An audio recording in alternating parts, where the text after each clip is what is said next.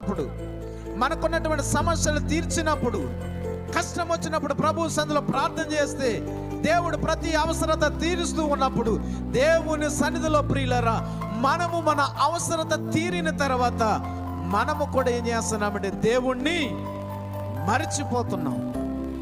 దేవుణ్ణి మర్చిపోతున్నాం. దేవుడు చేసినటువంటి మేలును మర్చిపోతున్నాం.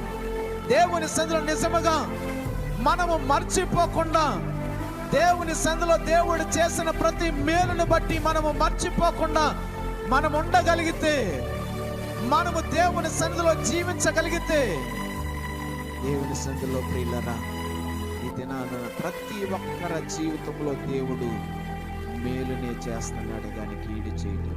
దేవునికి స్తోత్రం. ప్రతి ఒక్కరి జీవితంలో దేవుడు మేలే చేస్తున్నాడు కానీ కీడు ఆయన అన్నడికి చేయడు. దేవునికి స్తోత్రం. మనుషులు మన